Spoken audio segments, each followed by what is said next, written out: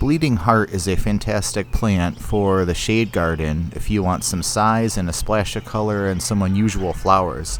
So welcome to the shade garden. We're in a little bit different place in the garden than we usually show, and I had to do another video on this plant. I did one a couple years ago on the Bleeding Heart, but this has gotten so big I thought I've got to kind of do an update.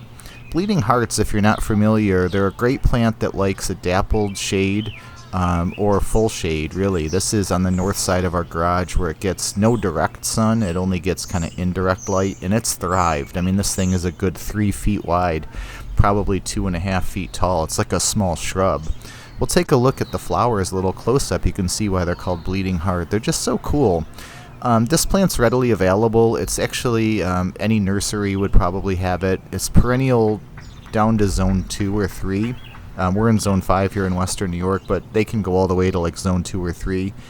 Native to Asia, so it isn't native North American plant, but it certainly loves our climate here.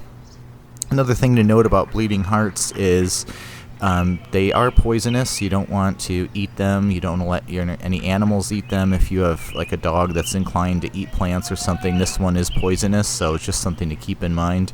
But they're a beautiful plant. I mean, many plants are poisonous, actually, so that's not necessarily a negative, but it is something to note. So you might want to keep it out of an edible garden, for example. If you have it, you don't want to mix it in with like edible plants, but it doesn't require any particular care. I mean, we just planted it right here and left it alone, and it's become just enormous over the years. So a lot of fun, and if you're looking for something for a shade garden, this is one of those shade plants. Flowers in late spring, early summer, and lasts about a month, so it'll give you a nice pop and splash of color and a shady spot in your yard.